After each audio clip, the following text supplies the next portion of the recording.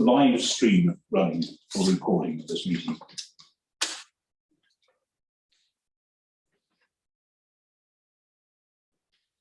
Welcome to this meeting of the Planning and Regulatory Committee. The agenda papers and other relevant information for this meeting are available in the public viewing on the Herefordshire Council website.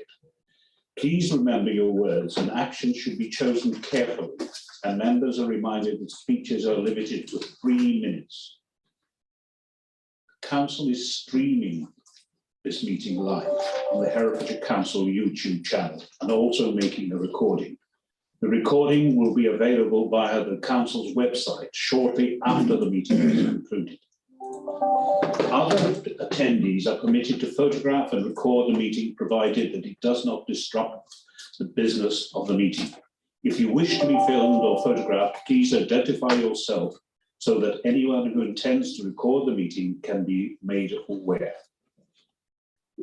Now, to ensure that the recording quality is maintained, could you please speak as clearly as possible and keep background noise to a minimum, and ensure that mobile phones are turned off and are silent or to silent. Welcome to everybody in attendance. I now ask Mr. Banks to introduce all the officers. Thank you, Chairman. Good morning, members and members of the public. My name is Andy Banks. I'm the Development Manager for the Planning Service and here today to assist the Chairman in giving planning advice to committee. To my left, we have Dawn Evans, who is the Legal Advisor to the Planning Committee. To my right, we have Adam Lewis, who is a Principal Planning Officer and will be presenting item 6.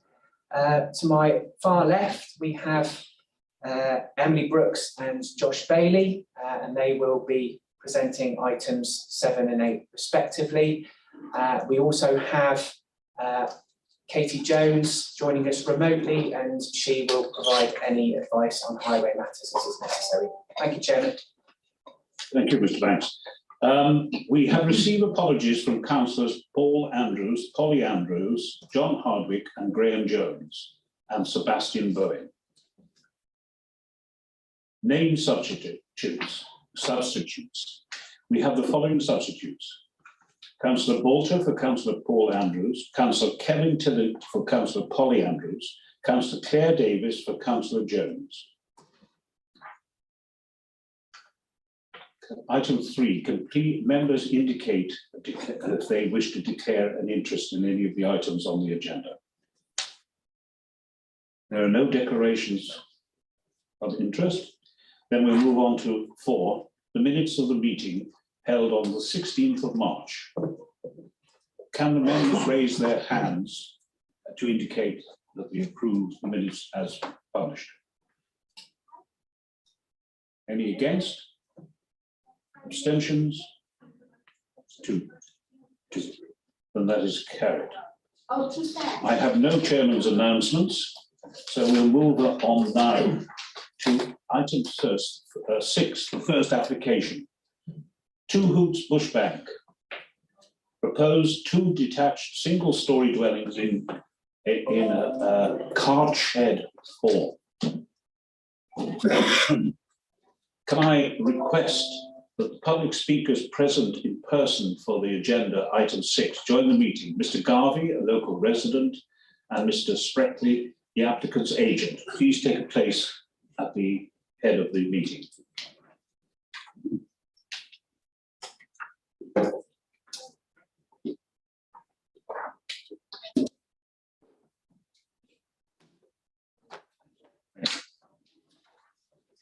We will now hear the officer's presentation. Lewis will make the presentation for the proposed item 6. Mr. Lewis. Yeah, good morning, members. Thanks to those of you who came on the site inspection yesterday. As the Chair mentioned, this is an application for 2 dwellings, sorted full, and as can be seen in the village of Bushbank. So as can be seen from the map, Bushbank essentially is split into 2 clusters on either side of the A4110, which runs broadly north to south. In this case, the site lies on the western edge, as indicated by the red star. Next slide, please.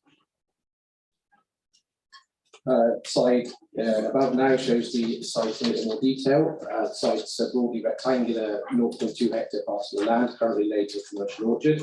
It fronts the C105 and adjoins the dwelling owns 2 routes to the east, and further dwellings are found on the opposite side of the highway to the south. There's a mature hedgerow to the road edge, and the topography is gently sloping from east to west. Next slide, please. Proposed to erect 2 dwellings on the site, the proposed layout being shown on the slide above. The dwellings will be orientated to address the highway to the south, with a single shared access point being created in the centre of the frontage. The dwellings will be single-storey and delivered on an L-shaped footprint with a design approach that seeks to emulate traditional park shed character. Each would provide 3 bedrooms of accommodation and be finished in brick under a natural slate roof with timber detailing and fenestration. The 2 dwellings are essentially the same design, albeit their layouts will be handed, and the layout of the dwelling on plot 1 is shown on the ultimate slide. Next slide, please. With regards to policy, the application is to be determined in accordance with the development plan. In this case, that comprises the core strategy and the Pines Group MDP. The latter was made in June 2017. Members will be aware that the council currently has a 5-year supply of housing land, which means the policies of these plans can be in full weight. Bushbank is a settlement which has been identified by core strategy policy RA2 as an appropriate location for new housing. Policy states that new development will be supported here when it's located within or adjacent to the main built-up form of the settlement, or where a neighbourhood plan is advanced within settlement boundaries. As already mentioned, the Pines Group MDP was made or adopted in 2017. However, it does not define a settlement boundary for the village. Instead, PG7 sets out a criteria-based approach against which proposals for new housing are to be assessed. In the absence of a defined boundary in the adopted plan, the acceptability of the site's location is to be assessed with regards to its relation to the built form. In this case, the site lies at the end of established river wayside development, and as can be seen on the image above, it's adjoined by housing on the eastern side and on the opposite side of the road to the south. It's therefore contiguous with the existing built form and can be considered to be adjacent to the main built-up form. That being the case, the principle of development is supported here by policies RA2 and PG7 in purely locational terms. Next slide, please. At this point, however, it is acknowledged that the Pines Group MDP is currently being reviewed. A draft version was published for Regulation 14 consultation between 1st of February and 15th of March 21. This seeks to pursue an alternative approach to housing development in Bushbank, and draft policy PG1 seeks to define a settlement boundary. It sets out that new housing will only be supported when it's located within this. The draft boundary is set out on the slide above, and it is observed the site is outside of the boundary, meaning there is some tension with the emerging policies of the draft MDP. It's noted the parish council have objected for this reason, and this is the most common theme of the objections received from local residents. However, at this point in time, the revised MDP is at the drafting stage only. It does not form part of the statutory development plan, and whilst paragraph 48 of the NPPF directs the planning authorities may give weight to emerging plans in accordance with a number of tests that are set in the report, it's considered that the weight that can be afforded to the draft current type is limited. Given this, officers consider that the tension with draft policy PG1 does not warrant the application being refused. The LPA and its other decision makers are required to determine the application in accordance with the statutory development plan. At the present point in time, this comprises the 2017 version of the NDP and the core strategy. When assessed against these, the principles of development in this location is clearly supported. Next slide, please. Considering the specific details of the scheme, RA2 requires all schemes and recognises this to be high quality developments that are appropriate to their content.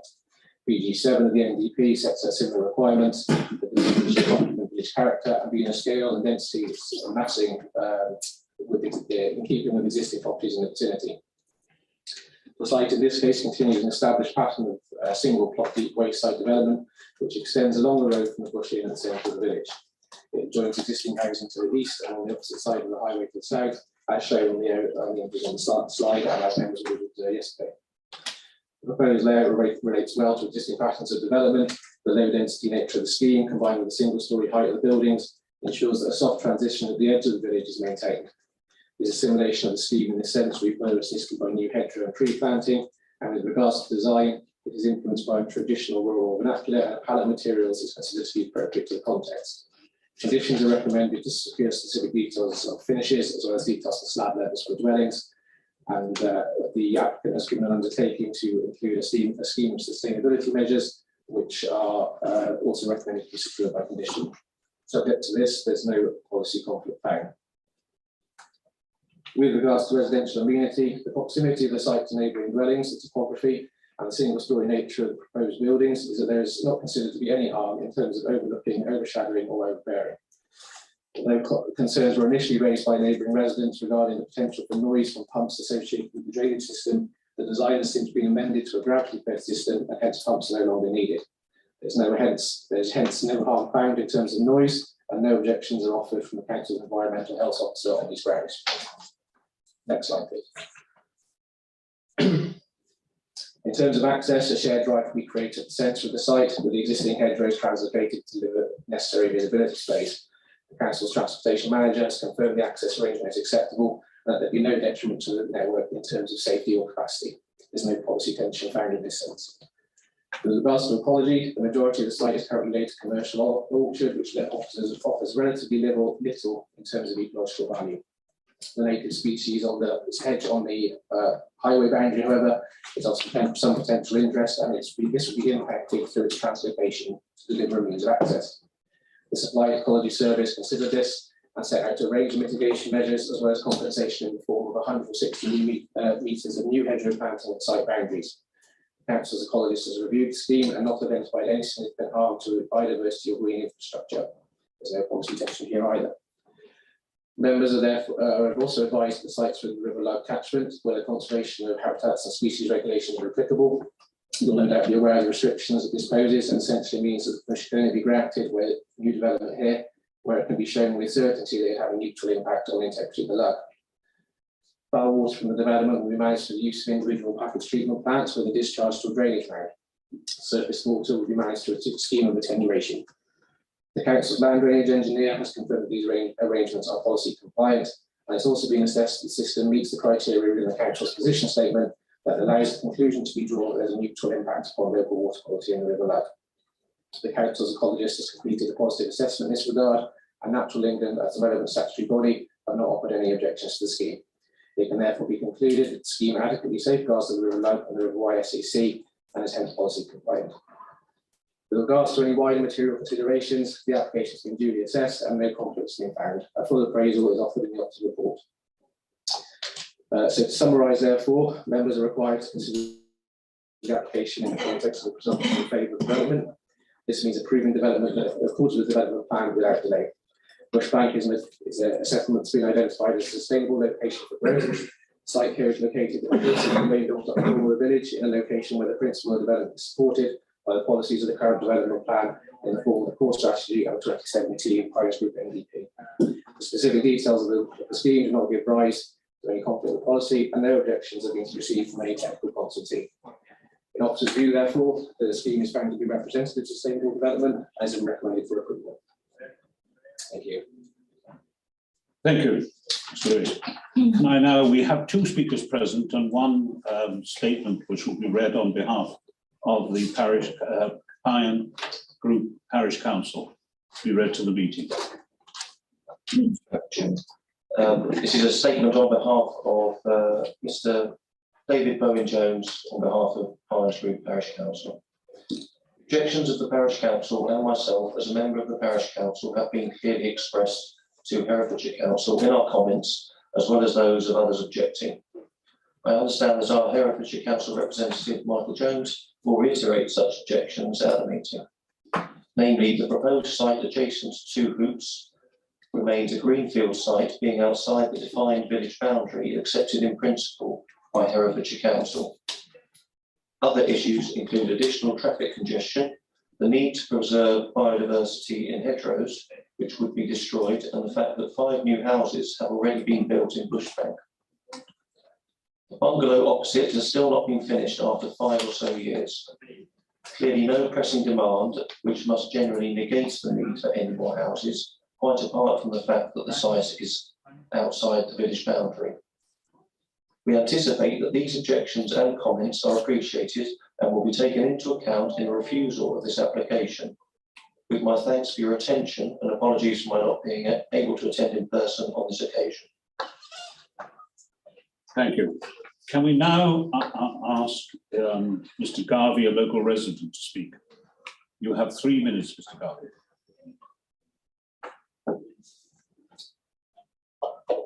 Thank you, Mr. Chairman.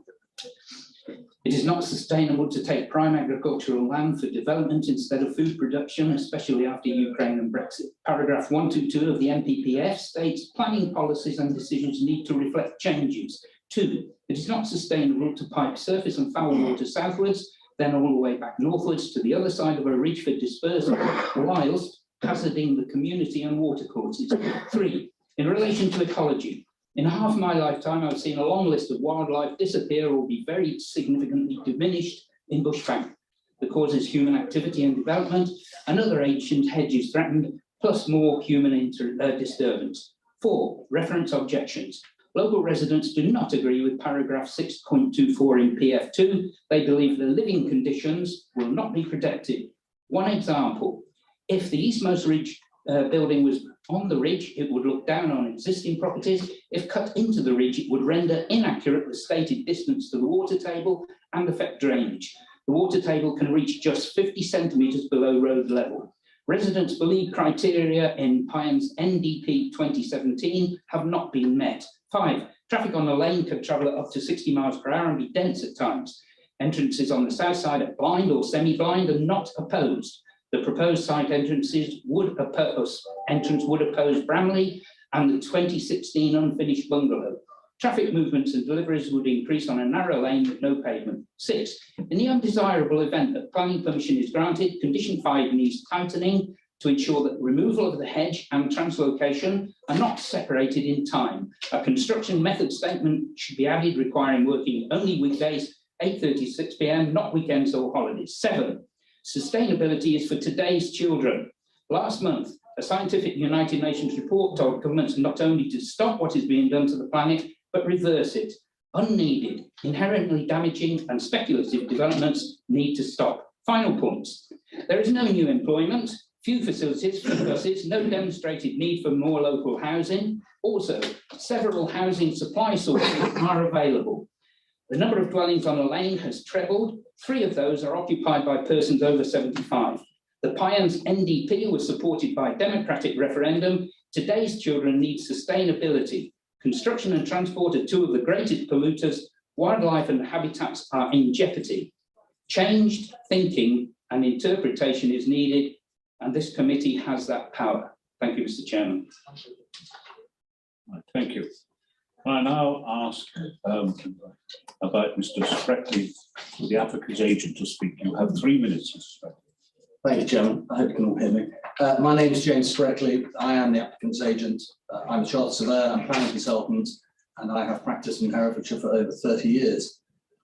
This application follows on from pre-application advice provided by your officers in April last year, which confirmed that this proposal for 2 single-storey dwellings conforms with your core strategy and the policies of the Payne's Group, the development plan, which was adopted in 2017. It is recognised that the Payne's Group NDP is currently under review, but as your officers have said, it is only at the first draft stage, and as such, your officers advise that this should only be afforded limited weight. It should not be relied upon as a reasonable ground for refusal of this application. Bushbank is identified in your core strategy as a sustainable location for new housing, and this site is located immediately adjacent to the main built-up form of the village. As such, the principle of development in this location is supported by your core strategy policy RA2 and the NDP policy PG7, as confirmed by the report in front of you today. This proposal for 2 single-storey dwellings is a fully detailed planning application with a design approach that emulates a traditional cart-shaped character. The site selection, layout and design has been influenced by the local context, as recognised by your officer, who states in para 616 of the report, and I think it's worth repeating, the low density of the plots and the single-storey massing of the buildings would ensure a sense of spaciousness that softens the transition between the open countryside and the village. I am therefore satisfied that the scheme would assimilate well to the setting and would not adversely affect character. Full details of the proposed access, foul and surface water drainage and biodiversity enhancements have been designed in consultation with your officers, and there are no objections from any of the technical consultees, including Natural England. In conclusion, this proposal accords with the policies of the development plan and represents sustainable development. There are no material harms or conflicts with the policies of the development plan, and your officers therefore recommend that permission be granted. Thank you very much. Thank you. We now come on to the local ward member, Councillor Mike Jones. Can the speakers return to the gallery, please?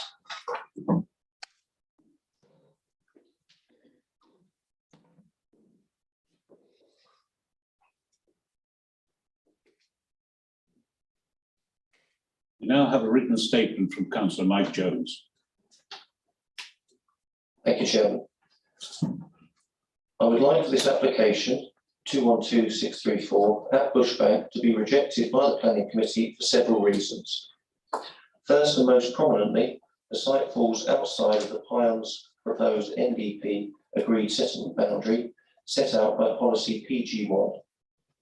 This was used as a refusal point in application 201780 in June last year. Herefordshire Council's 5-year land supply is currently at 6.9 years. So is there a need for this development, especially on a greenfield site?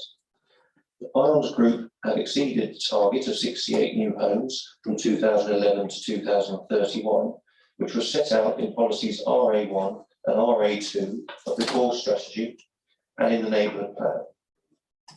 The proposed site is good, productive agricultural land, which must be used to its full potential, especially in these times when grain and agricultural commodities carry a high premium.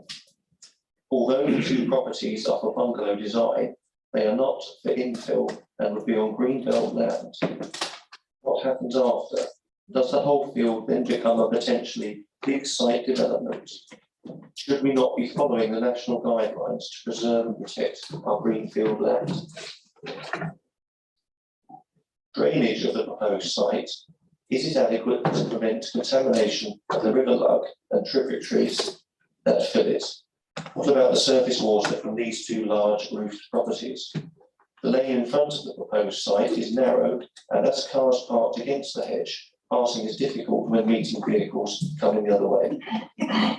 There is clear evidence of damage to the grass verge on both sides where large vehicles have met. This small hamlet would suffer additional noise, traffic and pollution. There is no regular bus service into Canopy and Hereford.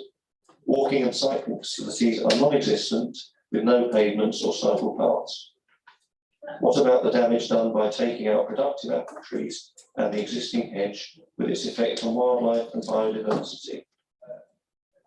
There is also the question of previously newly built properties in the Pions Group which have never been lived in, questioning if there is a need for more houses in the Pions Group and the hamlet of Bushbank.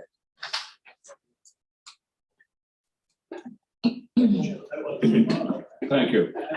Can there now any speakers? No, none. Councillor. Okay. Thank you, Chair. I'll launch off there. I asked at the site meeting yesterday what the land rating was, and I'm very grateful to the case officer for letting me know that this is at best and most versatile BMV land. So it is in that top 20% of agricultural land, which is most productive. And reference was made by the case officer to RA2, which references that planning should be targeted on land, preferably brownfield, and we all should be, as has been made by Mr. Garvey and others, very, very mindful, increasingly mindful, not to lose best and most versatile land. It is a finite resource with increasing pressures on cost pressures and food security pressures. I do think that that we need to give increasing weight to this consideration. So I just wanted to say that. Thank you, Chair. Thank you. Can I just say that the designation of the land is grade 2. That is true. It is best and most versatile, yes. Right. Councillor Norman and then Councillor Johnson. Thank you, Chair. I'll start by saying how sympathetic I am towards the speakers, the representative of the village and the parish council. I think they made some very valid and important points, which I agree with many of them. I have big concerns about a range of issues here. We're told the drainage issues have been resolved and are not a problem. Natural England is happy with that, and our ecology officers. I still retain that concern. Traffic, very narrow road. Traffic is inevitably going to be an issue if you're adding to it. This is a site, an area with virtually no services, no school, no shops, anything like that. And this is extending beyond the boundary or the current boundary. I take the point that the neighbourhood plan is in a state of sort of limbo, but it's kind of ribbon development. Where does it end? You know, we have this one and then that one and that one, and it's very concerning that it could continue in that way. We're told it's a sustainable location. I really don't think it is. For that reason, we've heard no bus, no way of getting anywhere where those services might be. The hedge we've heard about, apparently quite a diverse hedge, but probably not a very old one. But so new planting should be diverse. And we've heard about the loss of the orchard, which again is a very sad thing if it actually happens, and that this is prime agricultural land. And goodness knows, you know, we need that more than ever at the moment. So I have a lot of concerns about this. One or two pluses: sustainable features, the actual design, the heat, air source heat pumps, solar panels, orientation is sensible. Those sort of things are positives, but a lot about this does concern me very much indeed. So I will be listening to the comments that people make, but I'm not at all happy about this. Thank you. Councillor Johnson. Thank you, Chairman. It is a point of clarification from the officers, if I might ask. I note in the report that the officers, they note that whilst this application is outside the settlement boundary, it is immediately adjacent to that boundary. If this application were to be approved, would this site then form a new boundary? Could the same argument be put forward for any subsequent building immediately adjacent to this one? That's what I'd like to know. Thank you. Thanks. Thank you, Chair. The short answer is no, it wouldn't extend the settlement boundary. The settlement boundary is defined by the emerging neighbourhood development plan. So we have an existing adopted neighbourhood development plan which doesn't specify a settlement boundary for Bushbank. The parish council have sought to amend that in their emerging plan, but as the officer's report and presentation has said, we can only give that very limited weight at the moment. You need to make your decision based on the adopted neighbourhood development plan. It doesn't have a settlement boundary. Thank you, Chairman. And thank you, Mr. Banks. Councillor Watson. Thank you, Chair. I'm sorry that I wasn't able to go to the site visit yesterday because I know how valuable they are, and they really give you a sense of the topography of the site. I've actually been reading the drainage reports, and what concerns me is that in the report that we have before us is that the drainage officer does say that there may be a risk of surface water flooding from higher land. And when I have read the responses to the drainage report, is that the applicant is saying that soakaways are, okay, whereas the officer's not. And if we approve this plan, we are approving it based on the condition that the drainage management plan would be able to, it's like approving something that we don't know can happen. I think that that's what I want to say. is that it's like looking into a crystal ball. We don't have any assurance that the drainage condition, I realise that I can't do anything about it, but I do want to raise it because I've had a similar situation in my own ward where actually the drainage, the population test carried out by the applicant was ticked off, approved by the drainage officer, but actually when it was scrutinised by a group of residents, and it was found actually to be fraudulent.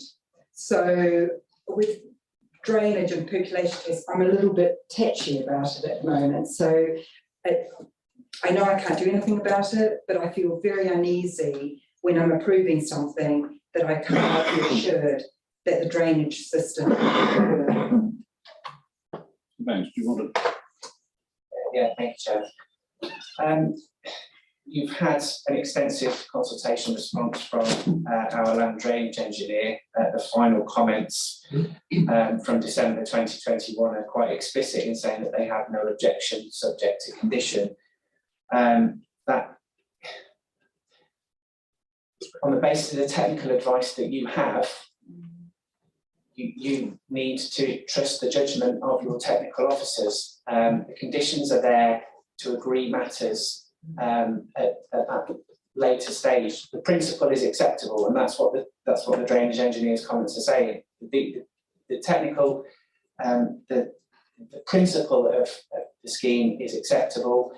There are some technical matters that need to be resolved in terms of the discharge of surface water to an adjacent ditch. But the land drainage engineer is saying that that's an acceptable arrangement. So you have to trust the judgment that you've been given by the land drainage engineer, which is why you've got a condition that's recommended. Can I say that we have a land drainage officer who is probably one of the most thorough I've known in my experience of planning committee over the many years. I can't say that about every technical advisor we have, but I can say that about that particular area. Any other speakers? Councillor Wilding. Thank you, Chair. Yeah, I too have a lot of problems with this application. I take entirely what the local resident was saying about ecology and we need to put a stop to this slow creep of humans into nature, which is resulting basically in us losing, a third or a quarter of a third of all our insects in the last 10 years or so. I recognise that Mr. Sprackley pointed out that this development is supposed to soften the transition between the open countryside and the village. Well, in my opinion, that transition is already softened. There is an orchard separating human activity from nature. That's my big problem, that I just don't think it's doing what it should be doing. It's doing the opposite. It's actually expanding out into the countryside. I did ask the officer on site about the orientation and the plans for solar panels and stuff, and he did confirm that there were going to be solar panels and that had been taken into consideration, but I don't see any of that detail in the report. I just see a drawing with a roof. I don't see a roof covered in solar panels. I don't see a design which emphasises that each new building that we put, if we're going to put a building somewhere, let's make sure it's absolutely the right type of building. To just put a building there and to say we're going to put some solar panels on it, I don't think is good enough in this day and age. We need to actually see the building designed absolutely to complement the use of solar panels. Otherwise, I don't think and members of this committee will not be surprised at me saying this, I don't think we should be building any buildings at all, anywhere, that don't incorporate that concept. So that's that. And I also noticed, as has been pointed out, there is a terribly designed. Councillor Wilding, you've gone over 3 minutes. All right, there's another building opposite which is not being used. Thanks. Can I just say, could you please keep to planning policy? I refuse to do that, Chair. Well, you know, you're. Because the policies were made up before we realised how bad the situation was ecologically. Quite honestly, your comments will be open to legal challenge by any applicant if they wish to, if they were prejudicial. Bringing in President Putin and etc. Are not planning matters. They are. We need to deal with planning policy as it exists and as it is at the moment. Please confine all statements to planning policy matters. The matter about alignment is not a planning matter. Councillor Rowe. Thank you, Chair. Linear creep. I was standing in the beautiful little road in Bushbank yesterday, and one of the questions I always throw up, and I'm sure that the planning officers and my colleagues on this committee know it's coming, is where's the nearest shop, where's the nearest school, how good's the bus service, can I walk and have a pint, the usual things. Do I have to get in my car to get a newspaper, a loaf of bread, a bottle of milk? The answer is yes. And if the answer is yes to any of that, in my opinion, and it's only a layperson's opinion, that site is not sustainable under any circumstances. And I don't know how anybody could say it is. I stand to be corrected. You listen to a letter from Owen Jones like we did, excellent letter. Mr. Garvey got more information into his couple of minutes there than I fired off very, very quickly. But these are the people who've got to live there forever. We visited for an hour. They've got to live there forever. They're going to see the results of this. They're going to see that hedge being taken out and probably die, so therefore have to be replaced. They're going to see all that work going on. And what Councillor Wilding said about the softening of the entrance to the village is absolutely right. You know, you've got a whole field there full of trees in a line, so it's pretty obvious that's human input. The only problem is, and I'm sat there late last night in my motor, in my cab, and I'm reading this and I'm thinking, how can we say no? And that is the real problem. Now, when I'm reading a document and I'm looking for reasons to say no against professional officer advice and struggling, my mind automatically then skips to, if we do say no, we do be a stubborn lot, what's going to happen at appeal? So I struggled. I came up with one which was a bit wishy-washy, but it's with all of our officers who've had their professional input, no objections. A fantastic case officer working on this. He sells it well. That's his job, to make sure that we have all the information we need. And I'd like to say no, but I'm not going to. I'm going to have to go with officer recommendation on this. And it is sad that it puts us in that situation. And it looks like I'm ignoring, and we're going to have to ignore, the will of the people who live there. And the big saying I have is, you know, live where you live. And we're going to ride roughshod over that. And it does make me a little bit sad that we're going to have to do that, because in the back of my mind, I'm thinking 6 months from now, this is going to go to appeal, and that appeal is going to be won, and those houses are going to be built. And so I am going to be going with officer recommendation today. And I can only say to the members of the village and the parish council, my apologies. 2 seconds over. Councillor Rowe, can I say you hit the nub of the issues I think around here. There are no strong planning reasons for refusal for this particular. Councillor Johnson. I'm sorry, there's no one else's. Exactly as Councillor Rona just said, the Chairman, I move that we accept the officer's recommendation. Simply, I don't like it either, but I can see no sound basis upon which to refuse. Is that seconded? No. Right, are there any other speakers? Mr. Banks, do you want to on Mr. Adams? Oh, Lewis, I should say.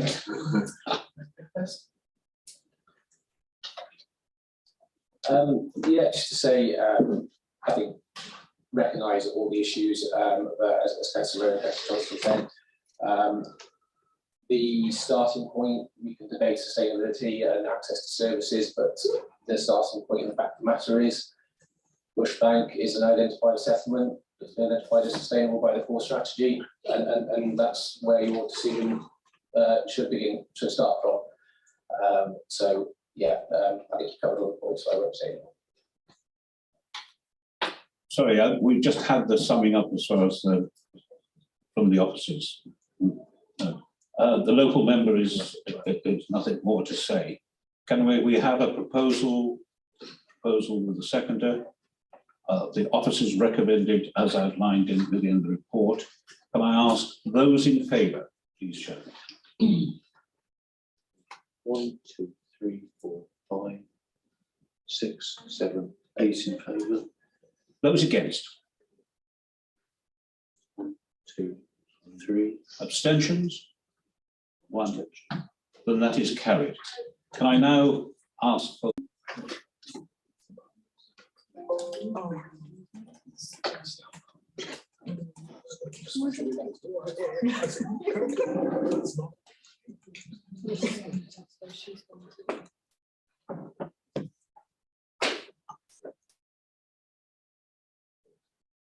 right. Can I welcome you back to the meeting? And we'll move on to the second application, which is item 7. There are no public speakers for this particular item. The application before us is Cleonga Church of England Primary School, Gosmore Road, Cleonga. Proposed construction of an outdoor classroom. The local member will be joining us by remote. And can I now ask for the officer to make a comment? Thank you, Chairman, and good morning, members. Thank you. And thank you for all who attended the site visit yesterday. I think it was useful. The application relates to Congo Primary School, located within the parish of Cleonga, and as such, the proposal is assessed under the adopted Heritage Development Plan, which is made up of the core strategy and Cleonga Neighbourhood Development Plan. Next slide, please. The proposal is for the erection of an outdoor classroom, which is to be located on the western boundary, which is in place of an existing mobile classroom, shed and canopy. The mobile classroom is proposed to be removed and the canopy and shed are to be relocated north. The reason this application has been taken for committee consideration is due to an objection received from the neighbouring property to the southwest called the Windrush, which you can see in the bottom corner of the plans in the bottom here. This objection primarily relates to the noise. I would like to use the 2 plans in the bottom to indicate the distance between the property and the proposed outdoor classroom, which is 5.6 metres from corner to corner. Next slide, please. I would also like to use these plans, which show the existing and proposed, to indicate the location of the existing canopy and shed. And it might be useful for you to use the 2 trees for reference, and it shows how much further the outdoor classroom would extend to. Next slide, please. This shows it's more enlarged, so it might be more helpful. So I would like to draw upon the objection here again. So the proposal was amended in light of this objection regarding noise. So the rear elevation has now been boarded. With regards to this, our environmental health officer went and did an inspection following the amended plans and raised no objection with regards to noise. I'd also like to draw attention to the update sheet where there was a further objection from the Children's and Families Directorate. And in summary, this objection related to the interpretation of the plans, that it was more like a log cabin than an outdoor classroom and therefore would not be relevant for the needs. However, following this objection and an email exchange recently, which will be published online soon, it was clear that the plans had been misinterpreted and it hadn't been read that the front and side would remain open. And following this clarification, there is no longer an objection there. There was also no objection from Transport, who requested further information with regard to pupil numbers. It was clarified that there will be no increase in pupil numbers and that this would not be a permanent classroom, it would simply be an outdoor classroom. With regards to that as well, I'd like to say that an additional condition has been recommended, that this is used simply as a teaching room and a learning room rather than a permanent classroom, and that would be secured by condition. Therefore, it is my recommendation to for approval. Questions? Thank you. Thank you. Thank you, Ms. Brooks. Ken Brooks is standing in for Laura Smith, who's unavailable today, who was the case officer. So thank you for doing it at short notice. Anyway, thank you. We have no public speakers. We have to remind members that this is here technically because it is an application on behalf of the landowners or the Herefordshire Council. So that is the reason it has come to committee and not because of the one objection. Right, the local member is Councillor Hitchener, who is speaking to us remotely. Councillor Hitchener, you must make your comments, please. Yes, thank you, Chairman. I'm here just to support this application. Cleehonga is a growing village. There's a new development for Persimmon. There's another one for Stonewater, a building at the moment, another about 90 houses. It desperately needs better facilities at this school. The school should be encouraged to grow and support children the way it should be supported. So I would encourage the committee to approve this application. Thank you. Thank you, Councillor Hitchener. Councillor Rowan and then Councillor Norman. Thank you, Chair. Is it been designated as a music room or something? It's just a teaching space. Okay. So there's no formal designation for music or. I'm just thinking of what they complained to put forward there about the noise. So her concern regarding the noise, it's written in full in the report, but her concern regarding noise was the fact that currently it's an open space which is used sort of lunch times and play times. And her worry was that it would be a permanent classroom that would be used all year round. And the hours of operating for this school are identical to every other school. That's correct. From about 8:30 in the morning to about 3:30 in the afternoon. That's correct. And Saturdays and Sundays, there'll be no children on site. No, and further to that, it's recommended a condition is attached which specifies that it can only be used during school periods, school times. Oh, right, okay. So I'm just trying to see why somebody's going to complain about children's noise when it's for probably an hour and a half for playtime a day and controlled lessons and no noise on weekends. So in my mind, I just think it's without any validation at all. So I'll be going with officer recommendation today. Would you wish to move that? Yes, I think that's probably a good idea if that is to you, Chair. Councillor Norman. Thank you, and I'm happy to second that. Yes, I mean, I think it's rather sad, really, to be so disturbed by children's noise. It can get a bit excessive from time to time, but if you live near a school, what do you expect? I mean, that's the reality of it. It's going to be a bit noisy from time to time. I just wanted to say a couple of things. One is very relieved to hear that it is going to be open-sided. A bit concerned when I saw that issue being raised. So that's excellent, because that's the whole point of it, really, isn't it? To be an outdoor classroom. And also to say how fantastic I think the whole idea of Forest School is, without going into detail. I think we all appreciate that it's absolutely to do with valuing the outdoors, learning more about the outdoors, where we live, the nature surrounding us and so on. So don't want to go on and on about that, but it's really good move to see the school going this way, and I'm very supportive. Are you seconding that? Yes. Oh, no, sorry. Listening properly. Councillor Mill. Yes, thank you, Chair, and I'm very supportive as well. I'm very pleased that the amendment was made to put back on it. I made reference at the site meeting yesterday to the outdoor classroom that Steiner Academy Hereford had done, which is almost identical in terms of its plan form, but they very quickly found that it's an extremely drafty space without a back on it.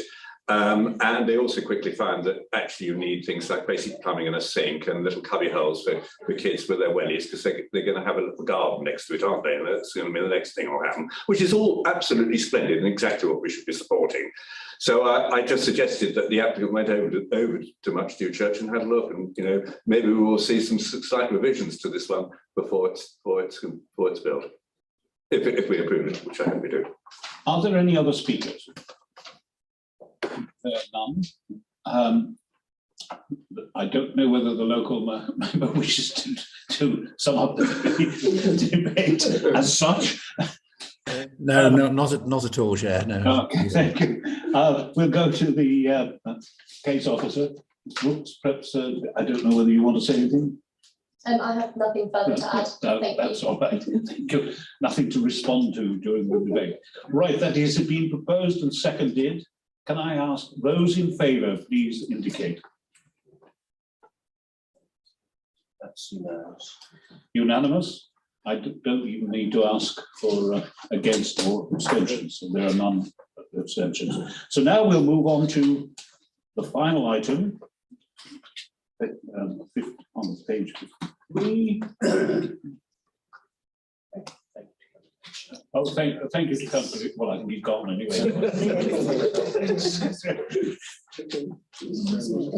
I think he stormed out in anger, disgust at the way the meeting went. Anyway, that's right. County Grounds Office, Herefordshire. This is a construction of 50 seated and 50 stand installation of a tannoy system. There are no objectors and no public speakers, is there? Oh, Mr. Chance, I believe. If you could come forward. Sorry. Thank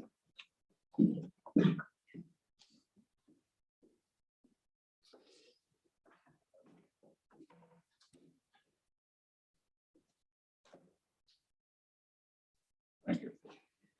Right. If you could, Mr. Bailey, can make a presentation. Thanks, Chairman, and good morning to members. Just have to switch up for the afternoon. So this morning. The application site, which is denoted by the red star, comprises an area of tarmac at the Herefordshire Football Association headquarters, which forms part of a cluster of buildings that adjoin White Marsh Common, Hereford. As you just heard from the Chairman, the application for members seeks planning permission to construct a 50-person seated stand and a 50-person covered standing only stand, which is to be located to the northwest of the existing 3G artificial grass pitch, as well as the proposed installation of a tannoy system, which will have 2 speakers installed. This application comes before members due to the fact that the staff member within the department sits on the Herefordshire Football Association board. And of course, therefore, a declaration of interest. The next slide then, please. Thank you very much. To the northwest of site, there are a pair of semi-detached residential dwellings.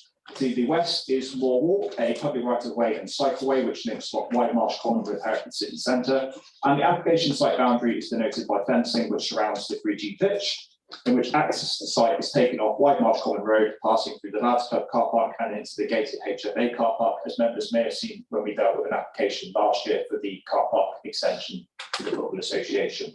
There is also an existing 100-person seated stand presently south of the 3G pitch. And the next slide, please.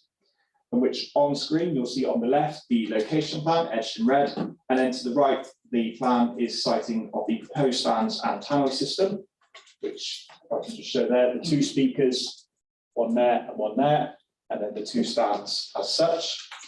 The stands are there to provide cover facilities for spectators observing football activities taking place on the pitch, providing enhancement of experience to the users of the facility. And this proposal is a joint project between the Herefordshire FA and Hereford Lads Club to help the relevant football club, that being Lads Club FC, to meet their ongoing ground grading requirements, as well as provide the County FA with additional spectator areas for those attending festivals and other community football initiatives and leagues. The stands will improve the functioning and sustainability of the 3G pitch, given the proposal is not seen to be in conflict by officers with policy OS3, of the core strategy or NPPF guidance, as recognised in the consultation responses from both Sports England and the Council's Open Spaces Officer in the report. It also seems to be responsive to the core strategy policies SE1 and SS1, which in principle supports proposals to improve social conditions. And the principal development would be accepted subject to assessment against material considerations. And the next slide, please. In which you'll see on screen that of the proposed stands, which have been constructed in grey corrugated steel cladding with 50 blue plastic seats to be associated with the seated stand. With the development being sited in the confines of the 3G pitch, complementing the existing stand to the south of the pitch, as concluded by the Council of Landscape Officer, the proposal is viewed to be of a low half to the wider landscape. And in the view of officers, the proposed design of the stands are considered to be acceptable, noting development parameters are considered necessary to meet the ongoing ground requirements for the team using this facility. And the proposed development is not considered to adversely impact the wider street scene or townscape, reading as part of the wider complex of this facility and according with policies SD1 and LD1 of the core strategy, which is consistent with sections 12 and 15 of the NPF. And the next slide, please. On screen now, you're going to see a number of photos. Members will, of course, maybe have been familiar with this site when we visited last year with the car park, hence partly why there was no site visit requested by the local member. So we're going to start on the top left, which is taken from Moores Walk, looking north-northeast. The top right photo is taken at the north corner of the pitch, looking south along the touchline towards the pitch, towards Moores Walk, where the stands will be erected. The bottom left photo is taken in the car park, which look at the northwest of the site, looking east-southeast, noting the existing stand that you'll see to the other side of the 3G pitch. And then the bottom right photo is taken from Charlotte Court, looking towards the application site. So members know in terms of its relationship, in terms of amenity, as I'll come to shortly. So, of course, with regards to amenity impacts, it must be borne in mind that the wider use of the site is principally for sports, which in itself generates noise. And as part of a previously approved application for 3G pitch, a community use management plan was conditioned to ensure the correct operation of these premises. It states that this will include day-to-day management, booking procedures, on-site car parking, community use, and local resident communications. And in addition, a noise management plan is already in place. Given the long-standing use of the site, occupiers are aware of the activities. And it is noted that the principal amenity impacts associated with this particular proposal is that of the tannoy system, and that this is required as part of the ground requirements to enable Lads Club FC to remain in their current league. The applicants are happy to accept the condition limiting the use of the tannoy to fixtures only associated with this team, and it is noted that there are similar arrangements already in place at the adjoining Westfields FC, who also operate at the current ground grading level. The tannoy is to be used for public announcements only, and as such, the LPA can also condition the tannoy to be only used as a public address system and not for the playing of music to help ease any potential impacts further, as well as times. In this context, through the proposed conditions suggested, residential amenity can be safeguarded to an acceptable degree through appropriate use in accordance with core strategy policy SE1, which is consistent with NPPF paragraphs 130 and 185. As part of the new 3G pitch, extensive drainage works were undertaken, and members will note the land drainage engineer has accepted the proposals to discharge surface water runoff to the existing surface water drainage system, which is located beneath the pitch structure surface, in accordance with policy SD3 of the core strategy. And the next slide, please. Which on screen now are taken from the A49 in the top left, and then the bottom right is taken from Priory Place on the other side of Wymarsh Common, looking towards the site. So numbers can again get an impression of how it would look in terms of the townscape. Members, there are no ecological records of importance for protected species immediately on or adjoining the site, and the applicant and contractors have a legal duty of care towards wildlife protection under UK's legislation, and any breach of this legal duty of care will be a criminal offence. The LPA has therefore no reasonable cause to require further information as part of this application or include specifically ecological protection condition, noting that it is to be constructed on the existing tarmac. Development designation heritage assets, which I'll ask for the next slide for.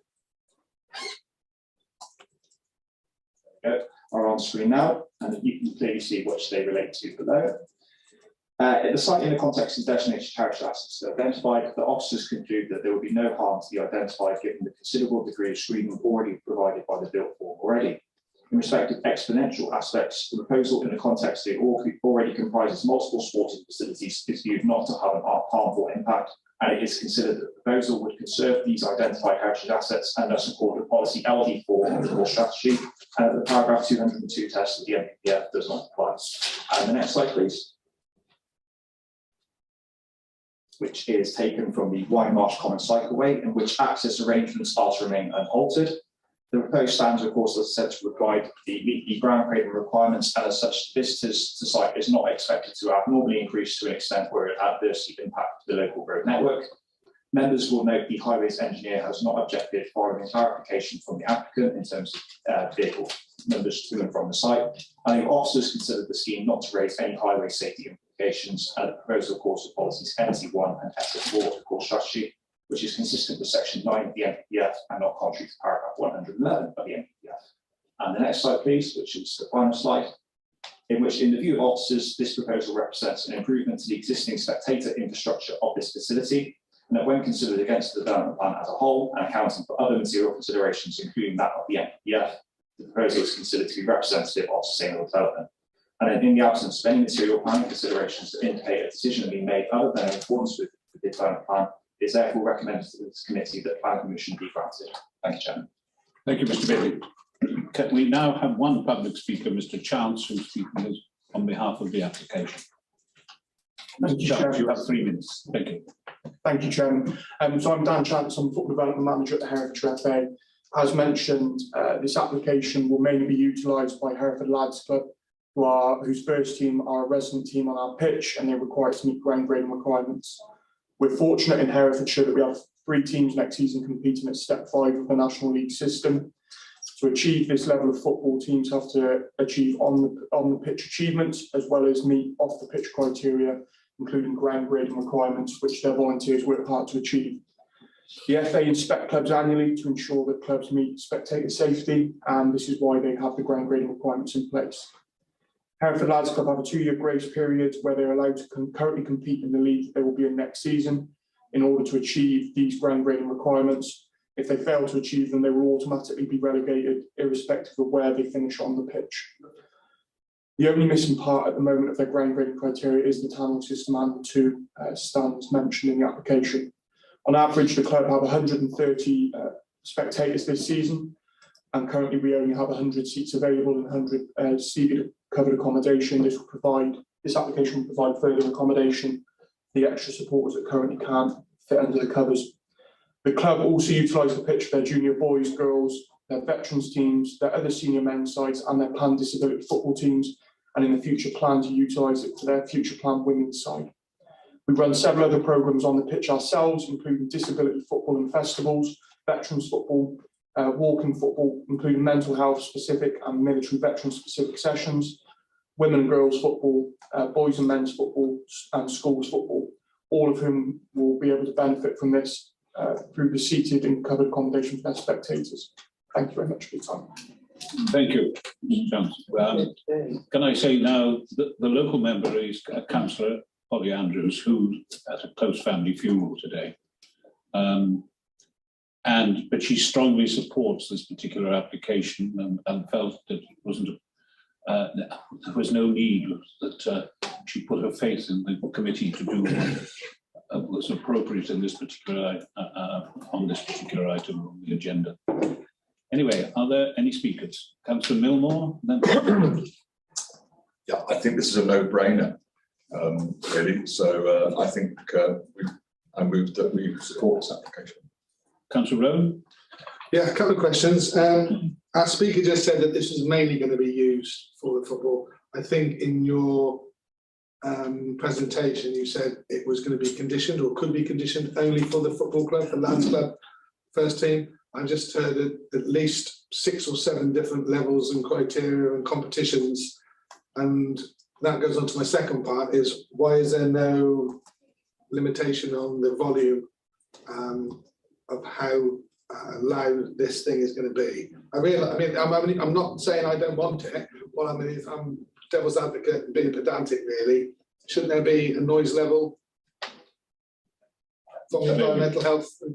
We've discussed it with environmental health. The applicant has said that the Canopy system is only to be used by Lads Club FC for their first team fixtures only, and that there is a time condition so that between 12 PM and that of 9 PM at night, because of the fixtures that they start in midweek, they might require a 7 PM. So if there's extra time, they can't use it. in the midweek. I haven't got a problem with it. It's just that I would have thought that there would have been a noise level. Yeah, well, environmental health has been. But I also noticed that they didn't actually have planning permission to put this thing up either, did they? Technically, they don't really require it because it was connected to that of the exist. Okay, so Stands Club. which is it then? Is it Lads Club first team only, or is it, as we've heard from the gentleman? In the document. Yes, yeah, I know, but It's it's different what we've heard from the speakers there. I think we're talking about the Tannoy at the stanza. Oh, the stanza. I don't know about the stanza. That's great. We're not going to take them out and put them over on Wide Marsh Common for a couple of hours. I'm on about the public address system. It's in condition 3 of that of the Lovely recommendation that it's going to be used as a public address system. That the Lads Club first team fixtures only for no other purposes. Mr. Banks. Thank you, Chair. I just would add as well, as far as the noise levels are concerned, environmental health legislation would cover that matter. So in terms of enforceability of planning conditions, there's a legislation to deal with that. Brilliant. Yeah, thank you very much. We need a seconder for this. Councillor Stone, are you seconding it? Yes. You indicated you want to speak to them? No, just saying I very much support this application, Mr. Chairman, and think it'll enhance local football in Herefordshire. And I've attended quite a number of games at that facility, and I think this would be a great. Councillor Clun, I saw you play in your heyday. Councillor Mills. Yeah, yes, I very much support it as well. I have one small query. In addition to tunnel systems and sound, the other area that potentially upsets people is diffuse light. And I recognise that there's a condition 5, which deals with the elimination of these stands. I just want to be clear that there were no proposed alterations to the floodlighting system, which seems clear enough to me. But I wonder whether we could encourage any new lighting, whether it is of the stands or other amendments to the floodlighting, is carefully directional and low energy. You want to comment or? I think suffice to say that the existing floodlighting is covered by previous permission for the 3G pitch. And to say condition 5 covers the lighting that's associated with the standards specifically. There's no other lighting proposed as part of the application. So I just encourage the applicant to use low energy lighting. And there's nothing more I can say on that. Yeah. Councillor Davis. Yes, I was just wondering, why is the tunnel only going to be used for the lads playing football? As an ex-footballer myself, I would have liked the tunnel to be telling those spectators what's going on. I just wondered, is there a reason for this? I had discussed it previously with the local member when the application was first deposited, and she was of the view that to do it after 9 o'clock in the interest of Charlotte Court residents. I know there haven't been any representations made locally, but it was at her request, and that was why we considered it appropriate. And that was also, we remembered those timings to environmental health as well, to make it clear that it was only going to be used for those fixtures and at those times, and that's why it was removing, why environmental health has no protection. But I understand. Yes, can it come back in some years' time when there's actually more teams using it? They could make a future section 70 application if they wish to vary condition 3 of the recommendation, so they could make that if they wish to amend it in future. And of course, at that point, we would then reassess that of the residential amenity to the joining properties in that regard. So it does, we haven't shut the door completely. It does give them the opportunity if they wish to, but of course, we would have to consider it on that basis. Thank you. All right. Right, I haven't noticed any other indication of anyone wishing to speak further. It has been proposed and seconded that we adopt the officer's recommendation. Can I ask those in favour, please? Unanimous again, so I won't ask for those against or abstentions. Can I thank you all for attending, and is the live stream now being turned off?